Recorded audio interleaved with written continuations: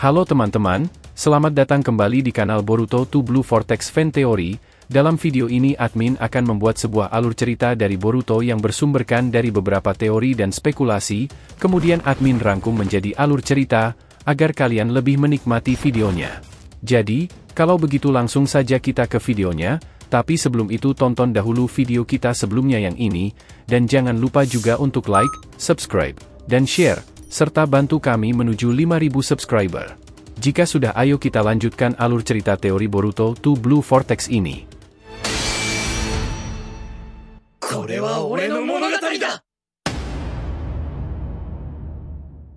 Peringatan, ini adalah hanya fan teori, dan jadikan sebagai video hiburan di waktu senggang.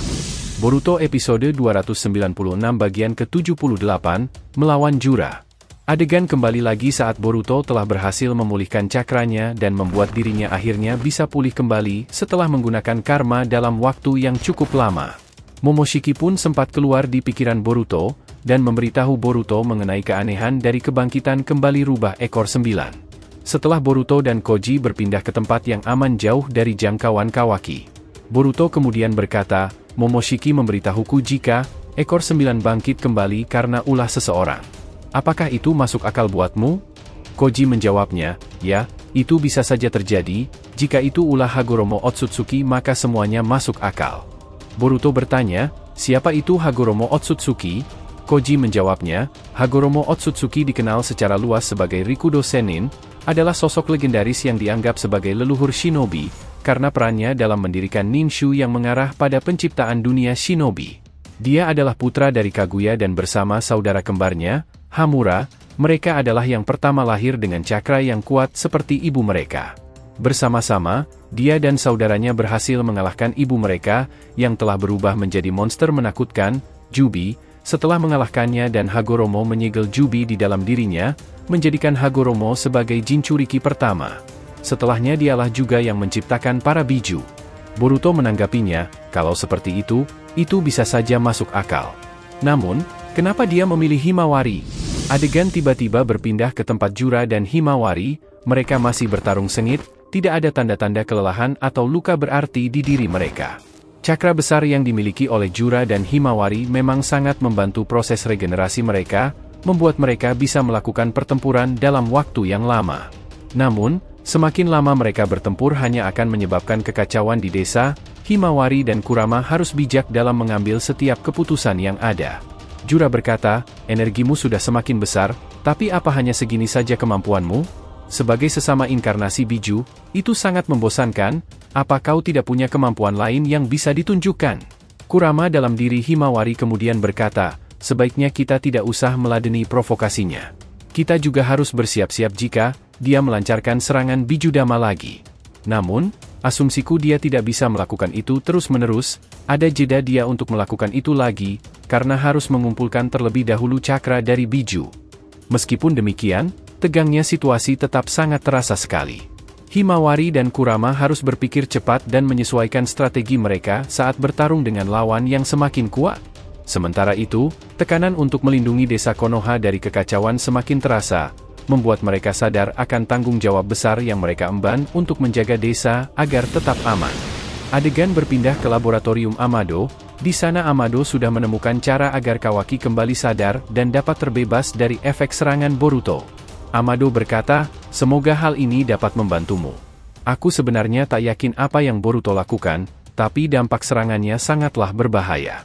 Dari mana dia belajar rasengan aneh itu? Ini sungguh di luar dugaanku. Tak kusangka Sasuke bisa mengajarinya sampai sekuat sekarang. Di tengah keheranan Amado, dia terus merenung. Dia mencoba menghubungkan beberapa titik informasi yang telah dia ketahui sebelumnya. Kurasa ada yang tidak beres di balik semua ini. Apakah Boruto menerima bantuan dari orang lain? Ataukah ada pihak lain yang memberinya pengetahuan tentang teknik-teknik ini, pikirnya dalam hati. Tetapi sampai saat ini, jawabannya masih belum jelas baginya. Sementara itu, Kawaki masih tergeletak dalam keadaan tak sadarkan diri. Amado menghela nafas, merasa bertanggung jawab untuk memastikan bahwa Kawaki tidak mengalami kerusakan permanen. Baginya, Kawaki adalah rencana besarnya yang tak boleh gagal. Adegan kembali lagi ke tempat di mana Boruto dan Koji berada, mereka berada di sekitar Konoha, tak jauh dari tempat Himawari berada. Langit senja yang indah memantulkan warna-warna hangat, menciptakan latar belakang yang kontras dengan ketegangan yang dirasakan oleh kedua orang ini. Koji, dengan wajah seriusnya, memperhatikan sekeliling sementara Boruto tampak gelisah, matanya terus memandang ke arah tempat Himawari terakhir kali terdeteksi. Koji melanjutkan, aku tak mengerti kenapa dia memilih Himawari sebagai Jinchuriki. Mungkin ada sesuatu yang spesial yang dimiliki Himawari. Boruto menanggapinya dengan nada ragu, itu mungkin masuk akal, tapi Himawari. Semakin ku memikirkannya, itu semakin membingungkan saja. Aku harus segera ke sana sebelum Shinju itu menangkapnya. Koji mengangguk, memahami urgensi situasi itu. Ya, aku setuju, sepertinya cakramu juga sudah pulih sempurna karena obat dari Orochimaru. Aku akan berjaga di sini untuk menahan Kawaki, jika dia berniat mengejarmu lagi. Boruto mengangguk tanda penghargaan. Terima kasih atas bantuannya. Itu sangat membantuku. Suara angin berbisik di antara daun-daun pohon di sekitar mereka, menciptakan atmosfer yang tegang dan mencekam, namun keduanya menunjukkan tekad yang tak tergoyahkan dalam menghadapi situasi yang semakin rumit ini. Boruto langsung bergegas menuju tempat Himawari. Boruto menggunakan kemampuan terbang khas Otsutsuki.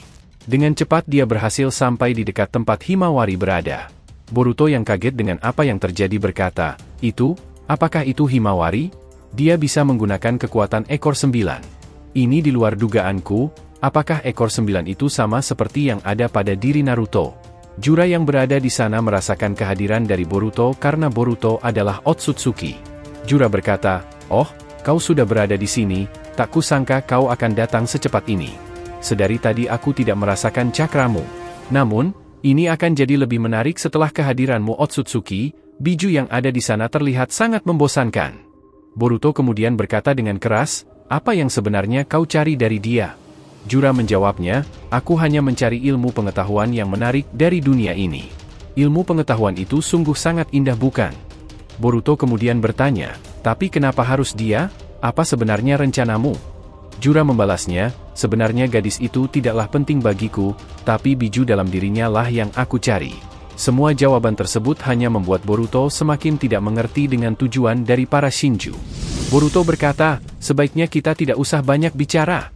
Himawari kaget setelah melihat Boruto tiba-tiba datang. Himawari berkata dalam hatinya, Boruto, dia ada di sini, rasanya sangat aneh, tapi ini sangat menenangkan bagiku. Himawari memang sedari awal mulai meragukan jika Boruto adalah orang jahat yang membunuh ayahnya. Jura kemudian berkata, oh, ternyata kau mau langsung ke intinya ya, kukira kau akan dengan sukarela juga menyerahkan gadis kecil itu. Padahal kita bisa bekerja sama untuk menguasai dunia ini, Otsutsuki. Ini akan menjadi duet kakak adik yang menarik dalam melawan Shinju. Lantas, apa yang akan mereka berdua lakukan? Mampukah mereka berdua memukul mundur Shinju? Terima kasih telah menonton video alur cerita teori Boruto episode 296 bagian ke-78, Melawan Jura. Jangan lupa untuk like, subscribe, dan share, semoga membuat kanal YouTube Boruto 2 Blue Vortex Fan Theory semakin berkembang. Jika sudah terima kasih, dan sampai bertemu di video alur cerita teori berikutnya.